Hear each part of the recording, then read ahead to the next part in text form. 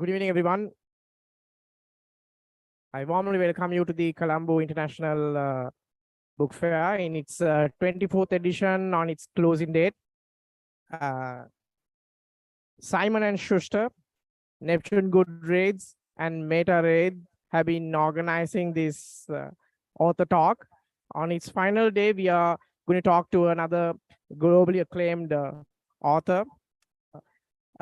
Before introducing that, I must say that the sessions have been wonderful and successful, bridging the gap between the readership and global authors have been a remarkable one. So I'm going to give you a small brief of the author who we'll be discussing today. The gentleman who is going to join us is an award-winning journalist who has reported from Africa for the New York Times and the Associated Press. His writing on various countries in the continent has also appeared in Granada, The Observer, Foreign Policy, Politico, Fortune, and the Washington Post. He graduated from Yale and received a Reuters Journalism Award in 2006 for his reporting on Pygmy tribes in Congo's rainforest. His first book, Stranger, A Reporter's Journey in the Congo, was published to great critical acclaim in 2014. In 2015, he won a Frontline Club Award for print journalism for his piece, A Place on Earth, Scenes from a War. Welcome, Anjan Sundaram, to Colombo. Thank you. Thank you for having me. And thank you to the Colombo Literary Festival for organizing this. Thanks, Anjan. I think it's a very boring thing to read out a bio of a person. Why don't you give us some insight of your real life? People would love to know who you are. They already know. I mean, they can find these details anywhere. But tell us something about you as a ordinary person, a day-to-day person. What would you like to know, like about my day-to-day right now? I don't know. People could relate to something that is that you would like people to know about. Maybe your passions, your travel. So I'm working right now. I'm living in Mexico, and I'm reporting on environmental defenders, and that's my current, I suppose, passion. And the statistic that kind of shocks me is that 80% of our biodiversity that's left in the world is in the hands or is being protected by only 5% of the world's population, which identifies as indigenous. So that's quite incredible that 80% of our biodiversity is with 5% of the population. And that shows that there's not much left. And a lot of these brave defenders are working on the front lines to protect rivers, forests, mountains, and they don't get a lot of attention because often these indigenous communities, they're very poor, they're very remote, so it's hard to get there. And there's historical racism. There's not a tradition of writing about them or representing them in the Western press. So that's kind of why I'm now busy traveling around Mexico, writing about these very brave people on the front lines of our environmental battle, trying to protect our environment. But that's not quite day to day, but that's kind of my current project and what's exciting me. Well, I think that's a new battle space. So I think you graduate from Yale, and then you've been offered a job from Goldman Sachs at one point, and that's probably a golden ticket to the American dream for many people. And you just throw it, and you decide to go on a journalistic journey. I mean, what made you take such a drastic decision? So I remember when I went up the Goldman office in New York City, I remember going up, it was in the 40th floor or something. I looked down on the city, these cars and all the people looked so small. And I thought, wow, you have to pay me a lot of money to work here. And of course, they were willing to pay me a lot of money to work there. But yeah, I guess, the kind of pivotal moment was I was in the lunch hall at Yale and I opened the New York Times, and in the middle of the newspaper, bottom of the page, there was a little article about Congo, about the war in Congo. And it said 4 million people at the time had been killed in this war. And now the number is much bigger. It's 5 or 6 million. And I didn't understand why that story was in the middle of the newspaper at the bottom of the page, why it was so small. I didn't understand why that story was not on the front page. 4 million people have died. It feels like it should be on the front page. And so that was really the story that, the moment that got me thinking. And yes, after that, I was paying my final bill at Yale, and the cashier was African, and I asked her where she was from. And she said Zaire, which is the old name for Congo. And I told her, oh, I might go to Zaire. And she said, oh, you stupid Yale kids, you can't even sign a check. I could steal all your money and you probably get robbed or killed. You can't go to Congo. But she had a second job at a parking lot on Chapel Street in New Haven. And I would go there every evening and buy her Dunkin' Donut milkshake and hang out with her. And finally, she allowed me to stay with her in-laws. And so I thought, okay, I have an inside view of society. I'm not in a hotel. And so I bought a one-way ticket and showed up in Congo. And I had no journalism experience. I had never published a piece in my life. And I showed up there and started to learn how to become a journalist. So was there any other reason that attracted your attention, especially Africa? There are a lot of conflict zones ranging from Latin America to Asia, and so many ongoing conflicts, so many frozen conflicts, Caucasus, you name it. But why did you pick especially this part of the world, Congo, Rwanda? Why that? Yeah, I read, when I was preparing to be a journalist, I reached out to the Yale alumni list, a bunch of, journalists just for advice. And I showed up in New York City and I met Mr. Steve Brill, who had started Court TV, and he agreed to meet me and give me some advice on becoming a journalist. And when I showed up I took the train to New York. I went up his skyscraper, giant skyscraper, like the upward commute was pretty long.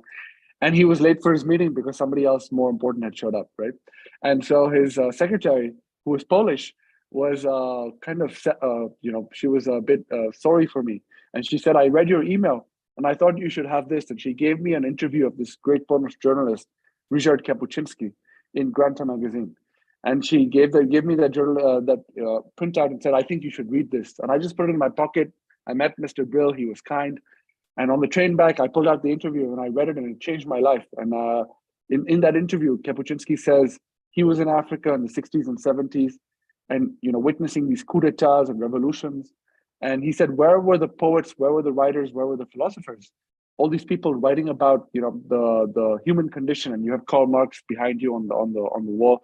And, where are these people, who write about the human condition? And then he said, it was just me and a couple of blokes. And then he said, I went back to Europe and there I found them in their cozy apartments. And he says, writing about a boy, a girl, the kiss, the same story we've heard over and over again. And that really moved me. And I made some calls and I asked some journalists, former journalists, if it was still the same. And they said, absolutely. And nowhere more than Kinshasa and Congo. There's news there. There's not enough journalists. And if you show up there, there'll be important things to cover. And you won't have much competition. So that's how I showed up there. Right. That's a great explanation. Now, let's get back to the topic today. The book that we are going to talk about, Breakup, A Marriage in Wartime.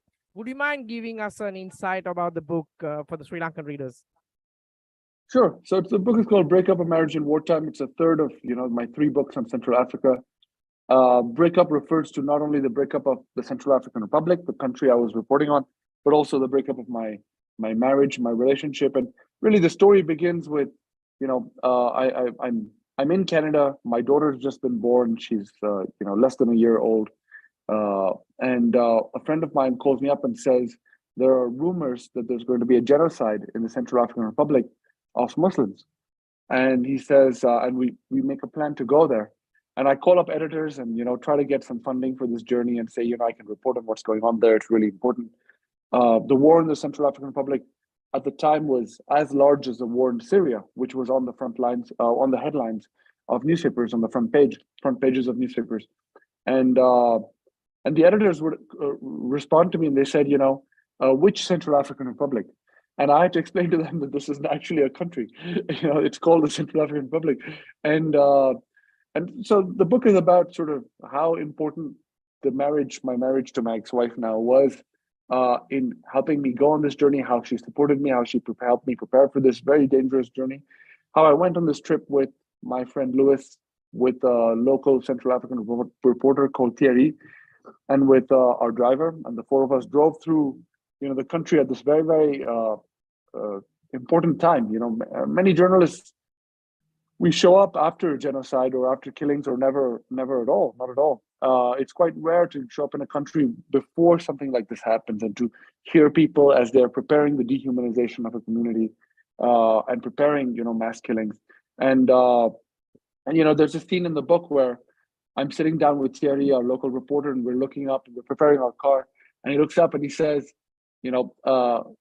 more people know about the moon than they know about my country. And I think that's true. This country, even though it's on Earth, it's very, very poorly known. It's very poorly traveled. The last proper mainstream account of the whole country was 100 years ago by André Gide in 1927. It's called Voyage au Congo. And since then, there's been a comic book. There's been another book about like a South African military intervention in the country, but there's been no real mainstream account of traveling through the country and the country as a whole.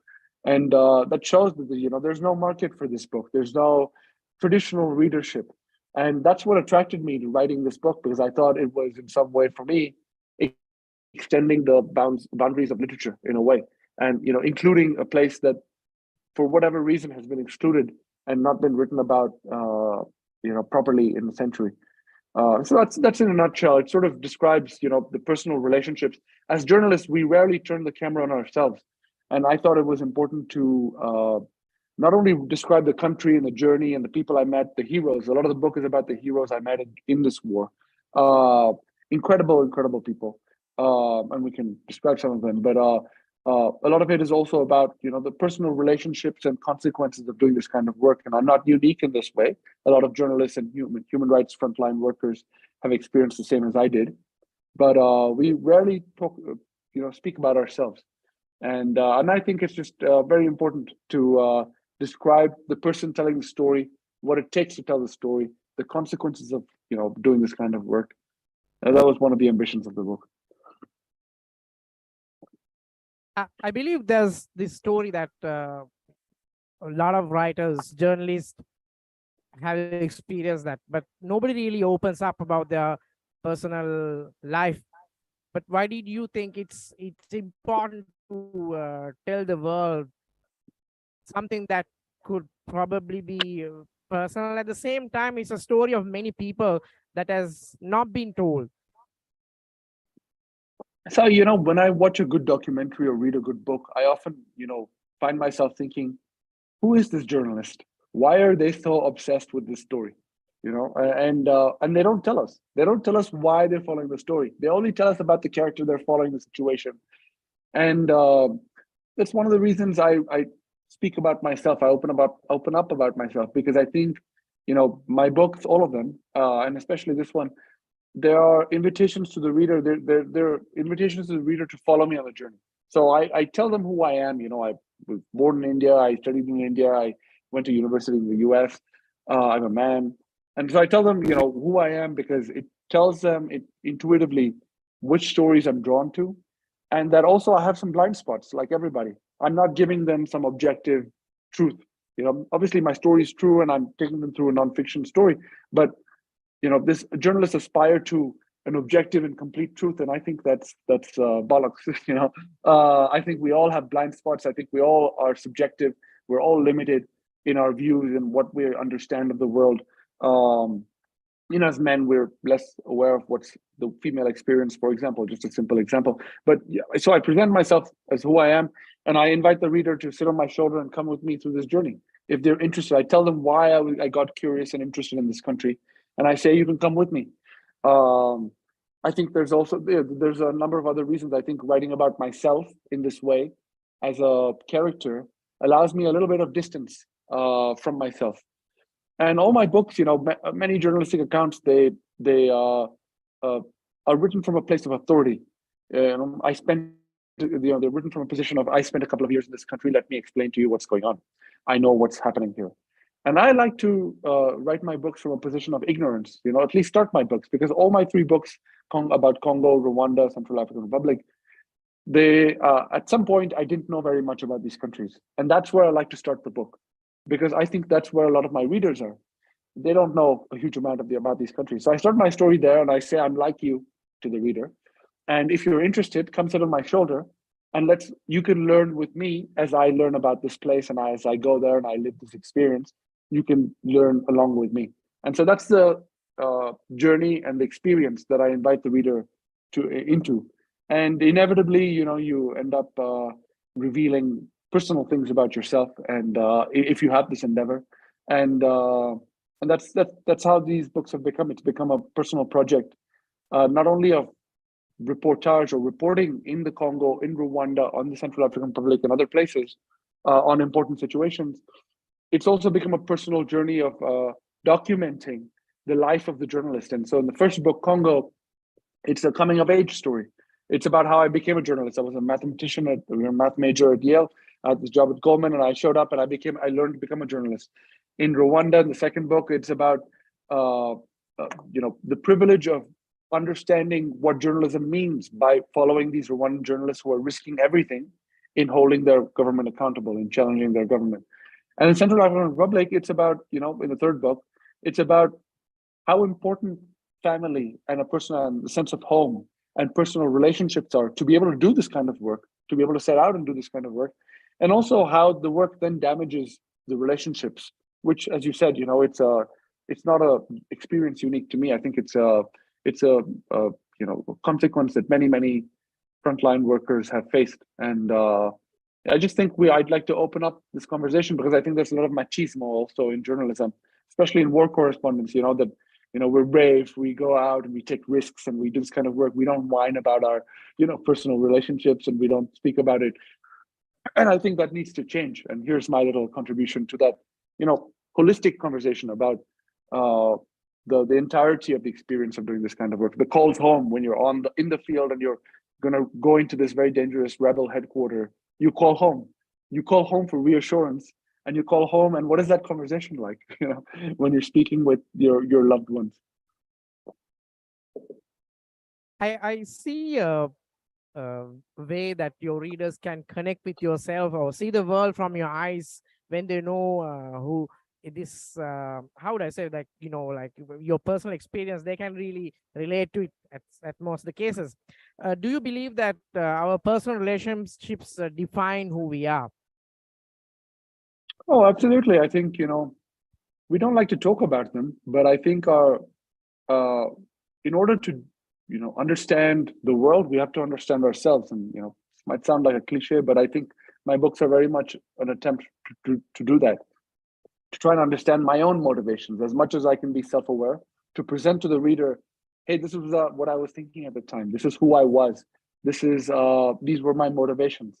And I think the personal and the global, they go hand in hand. How we the work that we choose, the relationships that we build, all of them are a reflection of who we are and who we, more importantly, who we don't know we are internally. And so I guess life is a constant endeavor to try and understand those blind spots within ourselves.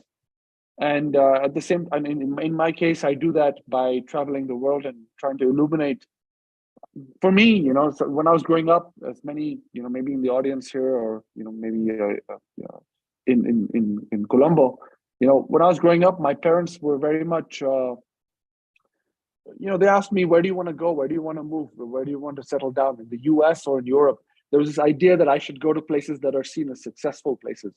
And so to go to a place like Congo, which is seen as a failure, is kind of incomprehensible. And so I felt growing up that places like Congo were kept in the dark. They were shrouded in darkness. They were not presented to me as possible futures. I had to go to places that were successful. And so for me, it's trying to illuminate these dark areas in the world that were kept from me, and trying to complete my world, and also trying to complete my internal self, like who am I and what are my motivations. Correct me if I'm wrong, I sense a very rebellious person in you. So has it been often we turn to be our preference to not to join the herd or being rebellious in life comes from either the parental influence or some of the literature that we read as kids. So was there any such literature that really inspired you, or were your parents was some reason for that? Oh no, I guess my dad was an accountant. You know, he's retired now. My mother was and is still a journalist. So I got some of my journalistic sort of the bug bit me from my mother. So that she was the person that inspired me in that way. Um, but I don't know if I see myself as particularly rebellious. I think you know I was curious about trying to do work that for me felt meaningful. And to the question that you opened with, uh, or one of those questions, I think the job at Goldman Sachs, while it would make me a lot of money, it just seemed a job that a lot of other people did. And so when I began this journey, going to Congo, buying that one-way ticket, there was a little voice in my head telling me, go out and see the world and explore the world. But it wasn't like I was dropping everything. I had backups. I could come back as a mathematician, as a Yale graduate. I could get jobs. It wasn't completely abandoning all possibilities. So I did have a security net. It wasn't that I was going off and saying no to everything. That's how I operate. I usually create for myself some kind of security net so I can come back. And in this new book, home is that security net. The relationship, the marriage, and the sense of home that I can always come back. And maybe a way to explain this is what the experience of the war is often that I'll hear about something happening, somebody being killed, a massacre, but they won't be able to tell me the details. Who killed whom? How many people died? Why? Where? All of these things are kind of vague, and so that really gets to me somehow. I really feel like there's something wrong if so many people are killed, if there's a great violence that has happened, and nobody's there to record it and document it at least. And so I start to make a plan to try and get as close as I can. Maybe I can't get there because it's too dangerous, but at least I can get as close as possible and try to find out as much as I can. And along the way, I'll ask everybody whom I meet, people drinking tea, people having dinner, lunch, is it safe to go on? And sometimes they say, yeah, it's safe. Sometimes they say, oh, a government convoy passed last night. We wouldn't go. And so then I have to be very humble and I have to say, I'm not going to go forward. I'm going to wait here a couple of days, try to learn more, and then decide if I want to go forward. And really, the reward of going to these places, and there's a journalistic uh, uh, kind of ambition in trying to document these crimes, because when you do that, when you bear witness, the perpetrators feel watched, and then they know that they can't go be as extreme in their violence. That's what journalism is supposed to do. That's one, just bearing witness, and the other is really encountering really, really incredible people. In this book, I describe, I meet few heroes in this book. I describe I reach the west of the country, and I meet this Polish abbot. His name is Mirek. He's the abbot of a cathedral in the west of the country, and he says, a church was attacked 100 kilometers to the north, and the soldiers attacked the church and they stole the door for the wood, and so now the altar and the priest are sleeping in the open, and so he says, I need to go up and replace this door to show the soldiers that priest is not alone. And so he says, I'm going to drive across this 100 kilometers to fix a new door across very dangerous territory, to fix a new door in this church. And so I asked him, can I join you on this journey? And he says, okay. And so I drive up with him. And along the way, we stop at these villages. And as soon as the villagers hear the car, they run away. The village is empty. And he honks in this way. And then somebody runs out from the forest and runs out full speed and comes to our car and shoves a piece of paper through the window into my lap. And in neat handwriting is a list of all the people who are sick, who need medicine, who have been killed, and all the help that's needed in that village. And the abbot goes from village to village and collects these pieces of paper and then brings them back. We went and replaced the door, and then we came back to the headquarters, and he handed these papers to the NGOs, these non-governmental organizations, to tell them, here's where food is needed, here's where medicine is needed, here's where clean water is needed. And it blew my mind that we live in the age of Twitter. We think there's too much information in the world. We're just constantly inundated with information, and yet in many places in the world where information is necessary, this is how information is gathered by one brave person driving through and by hand. And I told Mirek, I told him, you're a journalist, and he said, he laughed. He said, I don't have a byline. I don't publish anywhere. Nobody knows me. And I said, well, you're doing the work. This is what journalism is supposed to do. And really, these people are inspiring, and this is what motivates the journeys. People like him, and there are a few characters like him whom I meet along the way, who are really, really incredible for their courage in very difficult circumstances. Well, Anjan, is there a personal cost of telling the truth? It could be like, like a social or personal. Is there a cost for truth, telling the truth? So I think the powers that be don't want the truth to be told, and that's where journalists come in. And unfortunately, today in the world, journalism is in crisis. There's very little funding for it. There's very few people who, uh, uh, support this kind of work, even though it's crucial to all of our societies. And so, absolutely, I mean, the work of journalism, real journalism, holding governments accountable, because that's what I think is the core of journalism. Uh, Journalists also entertain. We also inform people. But if we're not holding power accountable, then what are we doing? I think. And yes, and that, and when you're challenging governments who have weapons, who have political power, there's a huge cost because governments come after you. They can, in places like Rwanda, the journalists whom I was following, they the bank accounts would be shut down. The bank would suddenly call and say, "Oh, we want your loan back. We had a problem." Kids would come back from school and they'd been harassed because of what their parents had done. Suddenly their land, the family would have land in their village or something. Suddenly the local official would say, "Oh, there's a problem with this land, with the paperwork." The family would go and try to renew their passport. And then the official would say, "Oh, we don't know if we can renew your passport." So all these micro harassments and subtle ways of coming at you, it wears you down, and often you can feel very isolated. You lose friends. People are scared of the government. They don't want to be your friend. They don't want to be seen with you. And then what I describe in my book, relationships can break down. Sometimes it can be really too much for a family, and for those closest to you, there's a lot of people telling you stop doing this because the pressure is, and the phrase that comes to my mind is Thomas Jefferson in the U.S. When he was asked, he said, "If I had to choose between democracy and a free press, I would choose a free press." And it kind of indicates how important journalism is to a society. And for all of us, where we don't think it's important, but when something happens to us or people close to us, then we call the journalist and say, "You need to write about this. You need to report on this thing that has happened." But when they're writing about other people, often they're quite isolated and they're quite alone, and we don't help them, and society doesn't really think about helping them.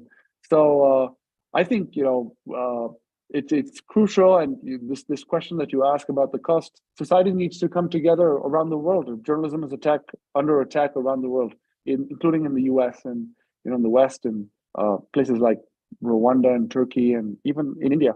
And so there's a need now to support civil society in every way: activists, frontline human rights workers, and journalists, to do this kind of work, which carries a great burden with it. Anjan, before I move to a more serious question, let me ask my technical team to increase the sound a little bit.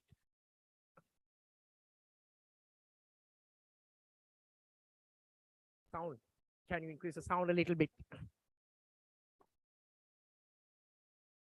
So we are going to more details about the political side of this. Now, first of all, I will ask you, why did you think it was your moral duty to report on a conflict that is completely gone unnoticed, not a mainstream topic, not a mainstream type of a war? Why did you think it was your moral duty to do that kind of reporting?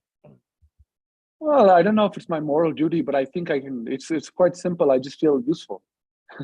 In many places, say for example, I don't know, in the US, in India, there's so many great journalists doing work that I often ask myself, what can I add here?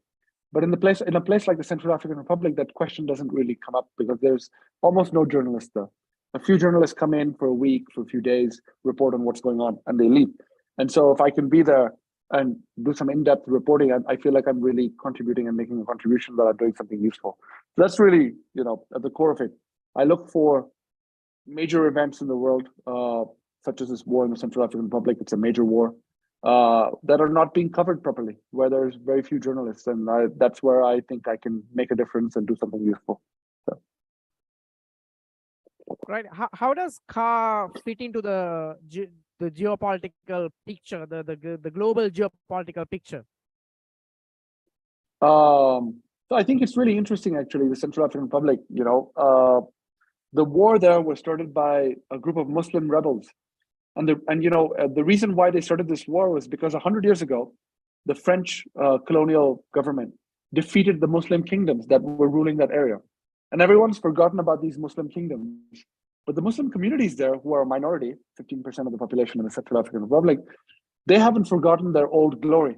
And so they want to recapture their old glory days and their old influence and their old power.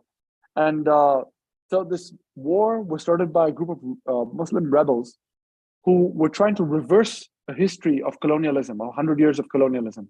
And I think that is a very interesting movement. It's happening around the world where, even in India, in Turkey, in Mexico, in Rwanda, there's a desire to see leaders who, can push back against the West, who can, criticize and condemn the West and try to define a regional, local identity that is indigenous.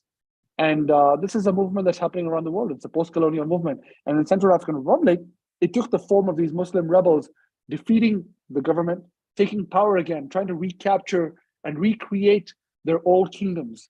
And they succeeded in a way. They pushed out the French. The French have moved out, even though, during colonialism, for the last 100 years, the French have been kind of the dominant political force in Central Africa. The French are now basically pushed out. And who enters? It's Russia.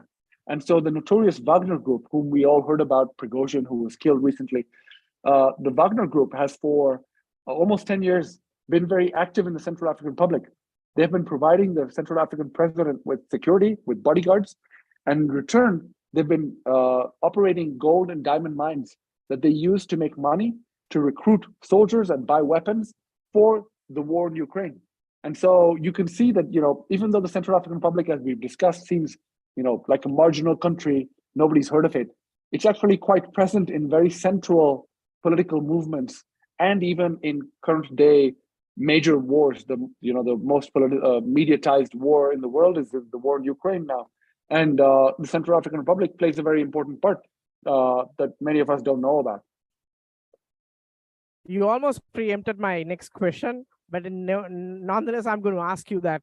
So it's about Wagner. In fact, I think it went from an unknown name to a total mainstream brand, which took over, many other taglines, names. So what is the role that Wagner is playing in car, and how important it is for its stability and the regional, what is the regional impact of it? Yeah, so Russia and Wagner has become this neo-colonial force. And what the role the West used to play, now Wagner and Russia are playing that role. And they're offering the Central African Republic an alternative to a global superpower to align themselves with. And they offer them, military support, weapons, like I said, bodyguards. And in return, they want money. They want valuable mineral concessions. And it's in some ways it's not new because the West has been playing this role for a long time. But in some ways, it is a shift in the global geopolitical kind of power balance, because now Russia and China also have access, and a lot of countries like the Central African Republic, they're looking for reasons to turn away from the West, and they're looking for reasons to ally themselves with other superpowers and other global powers. And there's a global shift happening, and I think the West needs to be very careful about this, because there's so many atrocities at when shortly after I was in the Central African Republic, French peacekeepers, they were accused of human rights crimes there. No one was held accountable. No one was taken to court. The French did nothing. And so countries like the Central African Republic are tired of this paternalistic kind of relationship with the West, where the West feels it can do anything. It can, it's a playground. Countries like the Central African Republic are like playgrounds where they can do anything and there's total impunity. They're not held accountable. and that's making them turn away to other superpowers. And I'm not sure that it's going to be much better with Russia or China, but at least it gives them an alternative, and they can like play one power against the other and try to get a better deal. Right. I'm sure you must be aware of the movie the Russians produced, The Tourist. It's about Wagner's glorification. So how does this kind of soft power, because it was a big hit in car, how does this kind of soft power plays into the general public's opinion? Yeah, a lot of Central Africans, for the reasons I mentioned, are supportive of Russian presence in their country. The Russian presence has been very violent, also, and there's a lot of critics. But a lot of Central Africans are happy that there's another power that's around. That they can see their government trying to, at least for them, it feels like their government is more of a player on the global stage. That there's the West that's interested in partnering with them. There's Russia and China that's now coming. It just gives them a sense of importance that maybe they haven't felt for a long time, because for a long time France was around and they did whatever it wanted and nobody cared, and now suddenly there's all these people interested, and so suddenly from the margins there's more visibility, and yeah, that feels like a positive for many Central Africans. If I'm not mistaken, in 2018, three Russian investigative journalists were murdered, who in fact came to do an investigation or a report on Wagner's presence. What do you make out of that incident? Yeah, that just shows it's an extension of how difficult it is to be a journalist in Russia. That was mirrored in the Central African Republic. These Russian journalists were very brave, and they tried to unravel and uncover what Wagner was doing, and there was no hesitation in killing them. Just as in Russia today, it's very, very difficult to be a journalist, and some very brave journalists, like the Russian governments, they break their fingers and they break their jaws, so they can't write and they can't speak. That's the kind of brutality that journalists in Russia face, and there's no surprise that in the Central African Republic, these three journalists were killed, and that's what made covering what was happening in the Central African Republic so dangerous. And it took the war in Ukraine to shine a light on what was happening there. Suddenly, you had American TV crews going to the Central African Republic and reporting on what Wagner was doing. And until then, everyone was scared, and it wasn't worth it. It was seen as not worth it until people realized what a huge role Wagner was playing as an ally to Putin and in the invasion, in Russia's invasion of Ukraine. And that's when people decided to, get more curious about Wagner and take more risks to report on what it was doing. And there was a diplomatic cable, a US diplomatic cable that leaked in January this year that estimated that Wagner was maybe making $1 billion in profits in the Central African Republic from its mining operations. Now, the mining experts I spoke to said that number is a bit high, but still, Wagner is probably making hundreds of millions of dollars from mining gold and diamonds in the Central African Republic. That's big money. And they were doing it relatively, in obscurity, in clandestine fashion until last year, when the Ukraine was invaded, and that's when their operations became were more in the open, became sort of reported on more widely.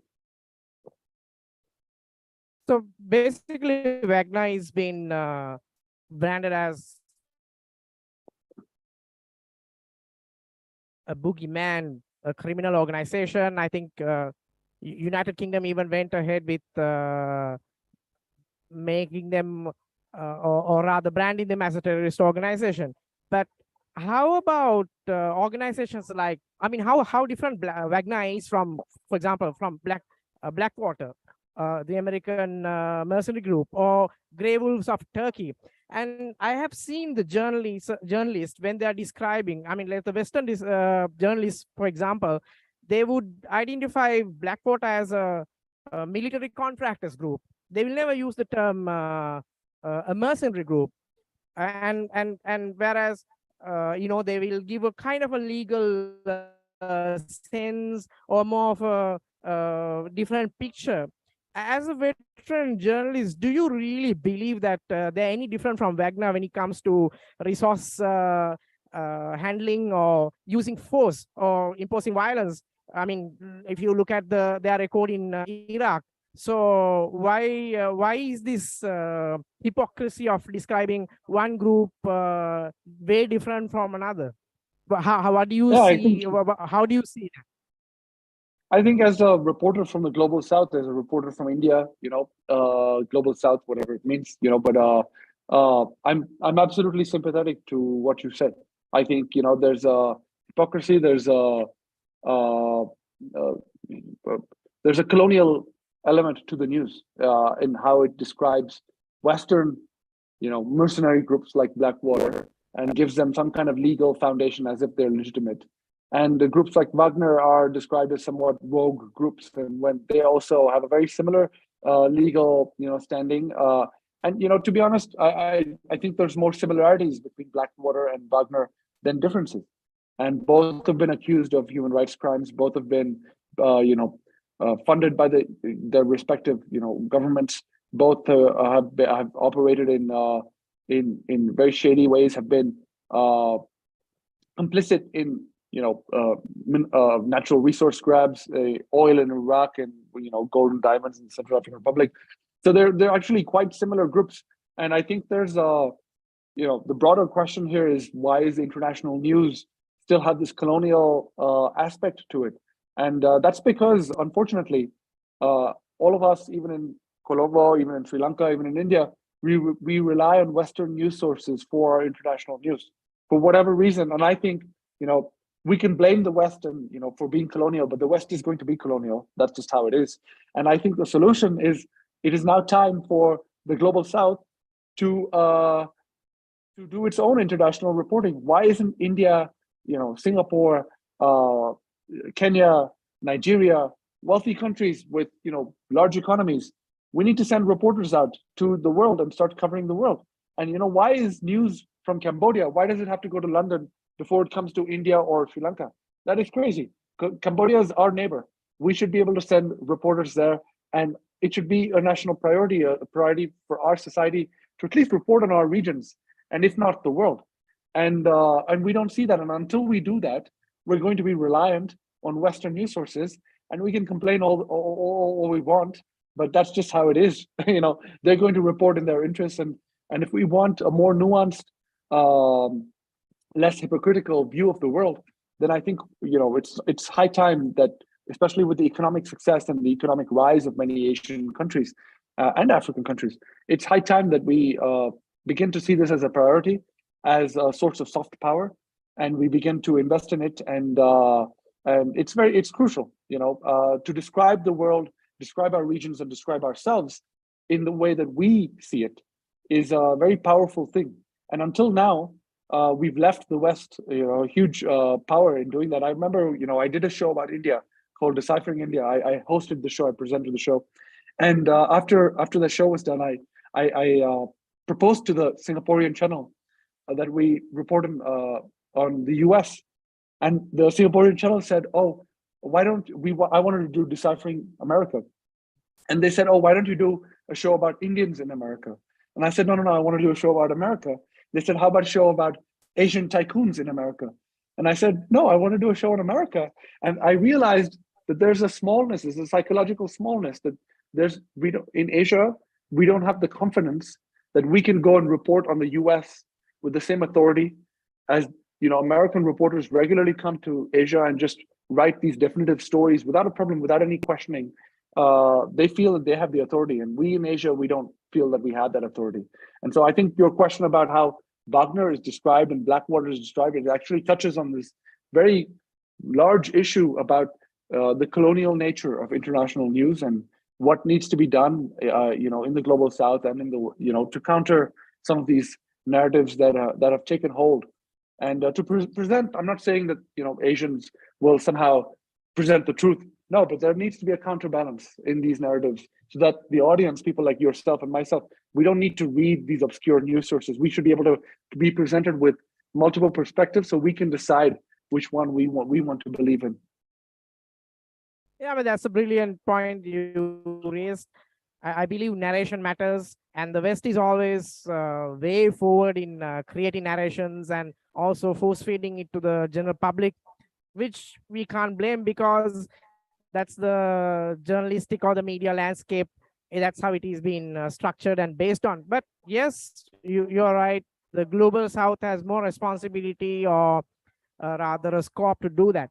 My next question is about the French retreat. Now, the French were a very traditional and a long-term power in especially this part of Africa. But lately, from Burkina Faso, Mali, Niger, they have been kicked out. Now, the French exit, do you see it as a way of a defeat of neocolonialism, or do you see it as just another power coming in and establishing a different type of, let's say, like in a different context, maybe colonialism light, something like that? Is there any difference, or why is there so much of enthusiasm when an Eastern power comes in and they help the locals to kick out Western power? Yeah, unfortunately, I think it's a very short-term, triumph to kick out the Western power, because I don't think Russia and the Eastern power are that different. But yes, there are some differences, and I think what the local population benefits from is having two options. So you can play one against the other. You can tell Russia, hey, if you don't do things, you don't give us what we want, we'll go back to the French. And if you can tell the French, hey, Russia's giving us this better deal, so maybe you should give us a better deal. But you're right. I don't think it replaces neocolonialism as a whole. And it's quite similar to when India and Sri Lanka got independence, from the British. It was a group of indigenous elites that took over and took over, largely a similar system. There were some differences, but they took over the system and became the elites. And a lot of the corruption and a lot of the problems continued, only with indigenous faces now in charge. And of course, there were some differences, but in practice, the systems, not a lot changed. And I think a similar story is playing out in these countries like the Central African Republic. The system is not changing. The international global order is not changing that much. The faces are changing, and I think it's a step. It is progress. That to push the West out, it does diminish the West's power over these countries. The human rights crimes, for example, that I was mentioning by the French soldiers in the Central African Republic, they ran a child prostitution ring with local, Central African children whom they would give food in exchange for sex. It's crazy that nobody was prosecuted, and that kind of impunity really needs to stop. And so I think, in those instances, pushing the French out and having these alternatives like Russia and China, they are, it is of a benefit to the local population. But, I agree with you to your question that it is not a change in neocolonialism as a whole. I think the systems are very much in place, and that's going to take a much more concerted effort to break free from neocolonialism and really get that kind of independence. It's funny, the Central African Republic, they tried, they adopted Bitcoin as their national currency, because the Central African franc, which is the national currency of the Central African Republic, the national reserves are actually held in France. It's the French government that holds the French treasury, that holds the national reserves, and therefore controls so much of monetary policy in the Central African Republic. And the Central Africans were tired of this, and the French were not willing to let go of their power. So the Central Africans tried in this very strange move to adopt Bitcoin, which responds to no government, is its own currency. It's governed by a mathematical algorithm. But I thought it was indicative of, yeah, sure, there were national interests and there was, people trying to make money, but it was also indicative of a desire to break free and try to get a currency that is free of the West. And so, yeah, it is I think a priority. It is present in the minds of Central Africans. We'll see if it actually becomes reality. Anjan, we are heading towards a global energy transition. So probably it's predicted that it will take at least 4 decades until we reach the green energy era. So until that time, as well as for that transition, the resources a mandatory thing. And China, India, Russia, the entire West is scrambling for resources, and they give very less priority or focus on human rights, democracy, and other issues when it comes to resources, because for them it's about holding the global power structure. So how do you think that countries like will face this resource scrambling, this undeclared war among big powers? How do you think the economies and societies like this, like Central African Republic, will face? Well, I unfortunately, sorry, unfortunately, I think this global scramble for resources is going to continue. Because even for these green technologies, you need rare earth minerals. You need other kinds of minerals that maybe are, not the ones we're mining right now, but countries like uh, Congo, Central African Republic, Mexico, they have large deposits of these minerals that are needed for these so-called green technologies.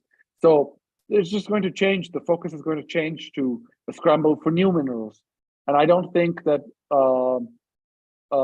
that fundamental dynamic to your previous question is going to really change. It's going to be China, Russia, the major global powers, competing with the West for these resources. And unfortunately, we live in a world where countries that possess the resources, that are actually quite rich because of these resources, in raw material terms, they end up as some of the poorest countries in the world because they're seen as just suppliers of these materials, and the global order kind of has an incentive of keeping them in a very uh, uh, subjugated position, whether that's through conflict or political subjugation, that these raw materials can be extracted easily. And in our world, the countries that are wealthy are the countries that have the technologies to transform these materials. And in the way that economic deals are made with the Central African Republic, with Congo, that technology is never really transferred to these countries, so they can never rise from their position of just a supplier of raw materials, which are bought very cheap. And again, this is a very colonial model, that extractivist model, where raw materials are deemed as very low value, and it's the transformation of these raw materials that are deemed as high value. And that's a colonial model that benefits many of the countries like the West, in the West, that don't have many of these raw materials, but they have the technology. And so that's just it's an arbitrary kind of designation that has succeeded in keeping countries like Congo, that are actually very, very rich, it succeeded in keeping them very poor. I agree with you. Now, next question is about the United Nations role.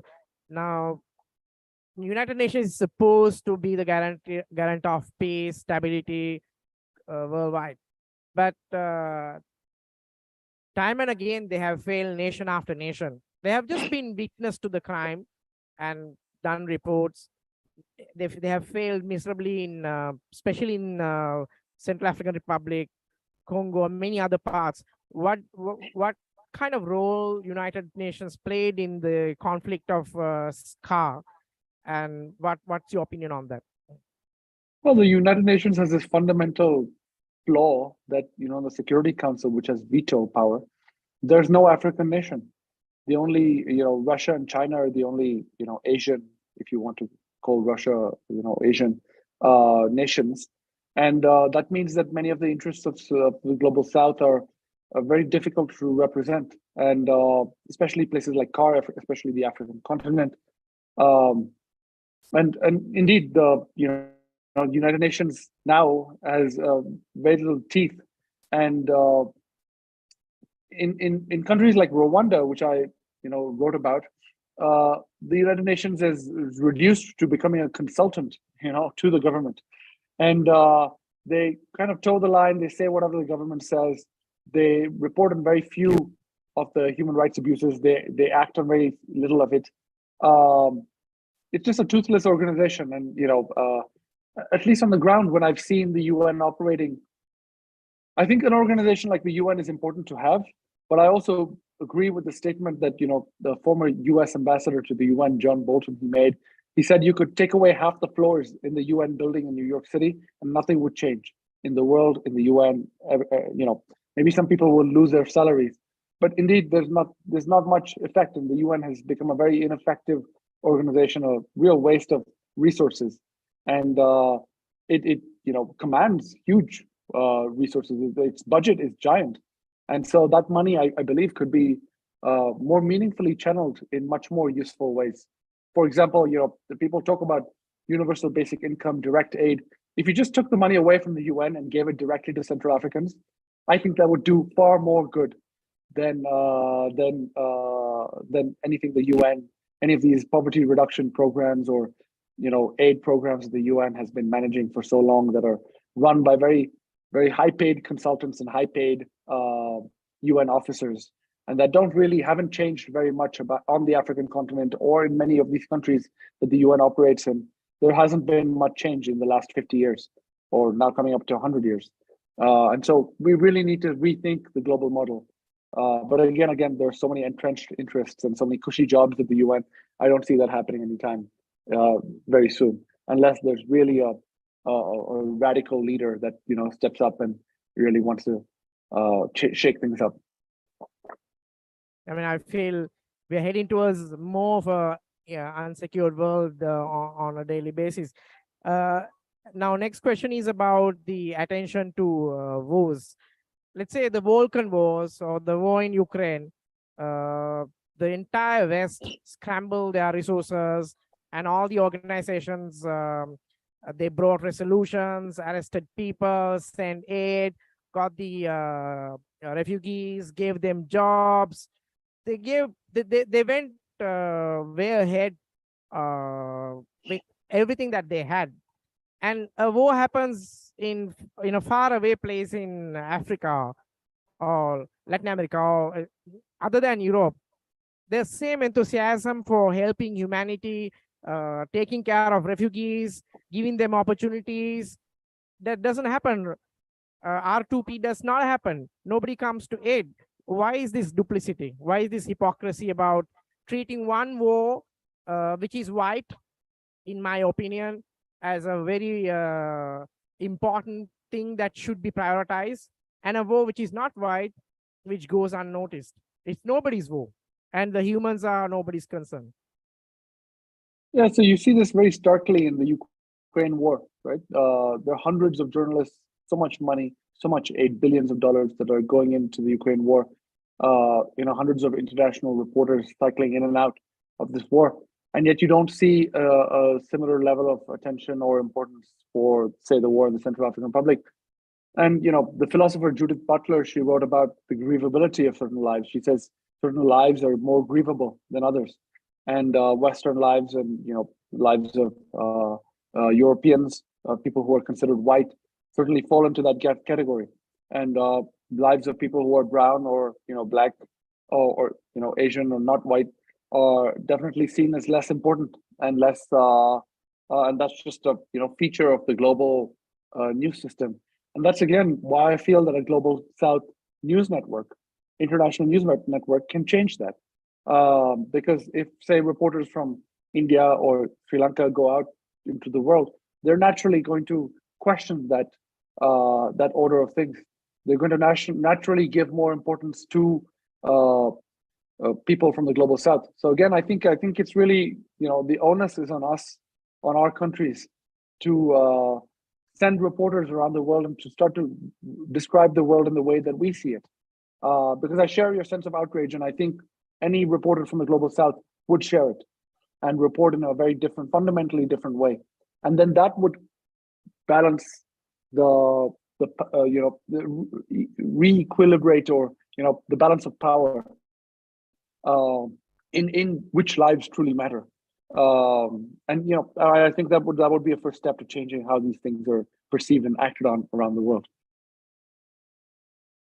So like words like global South, the liberal international order, the law came to prominence after the beginning of this conflict.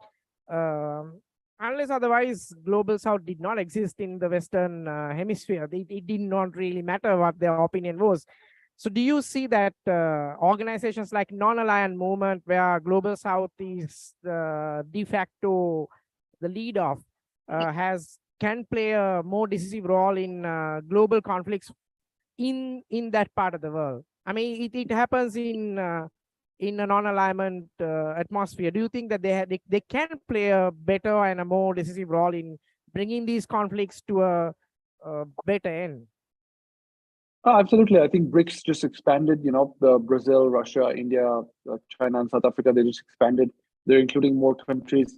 And I think an alliance like that, you already see that it has more importance in global climate change negotiations in COP, for example, that the voice of the global South has more weight.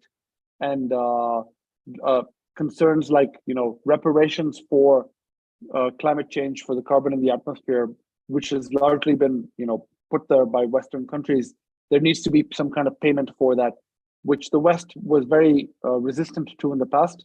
Now they're far more open, and I think that's a reflection of the power of the global South. And I think that can, extend to these conflicts and how to end them and how they're reported and the resources that are channeled to one conflict versus the other. So yeah, absolutely, I think it's happening. Anjan, before I ask the next question, I need to ask you about a different thing. The conversation was so interesting and intriguing. We are almost running out of time. Would you have another 5-6 extra minutes? If not, I can go select a few questions that would end our conversation faster. So yes, I should head off soon. So yes, if we can wrap up soon. I have a couple more minutes, but if we can wrap up soon, that would be great. All right. So then let me ask about what are the key takeaways from the book Breakup? Oh, it's just my contribution to literature in multiple ways. Like I mentioned, this country has been neglected in literature, and I wanted to uh, extend the boundaries of literature in that way. That was exciting to me. And it was also my contribution to writing about the personal lives of journalists, and all that besides the fact that, this war, the ethnic cleansing of Muslims in the Central African Republic, is an issue that I think deserves more attention. It's exactly what you spoke about, asked about, why do these wars not get attention? Why do the lives of brown and black people, why are they deemed as less important? And I think my reporting, my writing is a way to rebalance these things and give it a certain importance. And by putting these stories on the global stage, by publishing them around the world, I think that's important to me. Now, Sri Lanka underwent a social revolution recently, and the citizen journalists played a huge role in bringing a government to a standstill and making a president vacate his position. So, as a veteran journalist, what is the advice you would like to give the Sri Lankans who are young and have this blood to fight, and who also put their lives on the line by doing that? No, I mean, I have no real advice, in that way. I think, I salute people who push for social change, who risk their lives, who are, far braver than what I do. I report on such people. And to do that, I travel to these dangerous places. But the people I write about, the inspiring people like the Polish priest Marek, or the people you just described, they're taking risks that are 100 times greater than what I'm taking, and they're risking their lives in ways that I'm not, or I'm only doing so for a short time. So I really, this is how social change happens, and I salute these people. And people like the ones you describe inspire me to do my work and to report on them, to give them a higher profile, to give them a platform, because along with that higher profile comes protections. It's harder to harass them, it's harder to imprison them, it's harder to kill them. And I feel that that's my job as a journalist, to raise their profile and make sure that they're seen, they're visible, that powers cannot mess with them as easily. And so we're working together. But yes, I wouldn't say that I have advice, but I find them, I would say that I salute them, and I find them inspiring. So I have two more questions before winding up. My next question is about the current global journalistic atmosphere. It has come to a point where you try to be a independent, unbiased journalist or a reporter, you can easily end up being branded as a apologist of someone or a pro that, pro this. You'll be branded and probably not given airtime or given space in the social media. So how, I mean, it's kind of killing the messenger. As a veteran journalist, what do you think about this atmosphere, and how do you think the reporters must navigate their way forward when they want to tell the truth but still being limited or rather being pushed back by the system? Yes, I think journalism is under attack around the world, right? In countries like India and Rwanda and Turkey, the governments are going after journalists in a much more serious way. And also in the US, like I think the WikiLeaks example, the prosecution in the US is very noteworthy, because for the first time, the US is criminalizing publishing of secrets, not the leaking of secrets. It's the first time that the publisher is being prosecuted as for criminal as as a criminal. And I think that's noteworthy. So around the world, I think journalists are under pressure, but I see that journalists are being more collaborative in the face of such pressure, and that's what gives me hope. And yeah, I think independent journalists, there's more and more need for independent journalists, and I see them, under, they're being more marginalized, and you get all kinds of characters, people who believe in all kinds of conspiracy theories, also. But I think more and more independent networks of journalism funded by philanthropy and other donors is going to become more important, because I think the commercially sustainable news organizations are not going to, at least in the West, are not going to give us the kind of reporting that we need. And so I'm curious. I would be really curious if India were to start a global news bureau as an economy that's rising as one of the large economies in the world. What would that look like? I genuinely don't know, and I would be curious and excited to participate myself in those kinds of news projects. So I'm going to ask the last question for today now. It is often interpreted the absence of political turmoil, social unrest as stability, and the absence of war as peace. Do you agree with that? And for the readers who are joining from Sri Lanka, can you give a heads up about your projects that is going to come in time? Sure. No, I think your question is very on point. I think, peace, dictatorships often have peace, and what looks like peace, and it's actually the suppression of dissent, the suppression of any attempt to hold power accountable. I think a society that is noisy is actually a sign of a healthy society, where conflicts are present in words, are expressed in words, in newspapers, on the radio stations, where people are vehement and maybe even angry and expressing their points of view. I think that's very healthy, because that means that kind of tension is expressed in words and not in violence. And I think the kind of peace that you mentioned with an authoritarian government that suppresses those kinds of debates, and then the country looks very peaceful, that's actually a precursor often for a lot of violence that can erupt suddenly. And as in the case of Sri Lanka, as in the case of other authoritarian regimes, I think that's exactly what happened. Journalists were killed. People who tried to peacefully speak about abuses of power, they were silenced. And then the governments say, "Oh, look at our country; it's so peaceful, and this is what we're so great. We're such a great country. We have such a peaceful country." Actually, that's a very dangerous sign.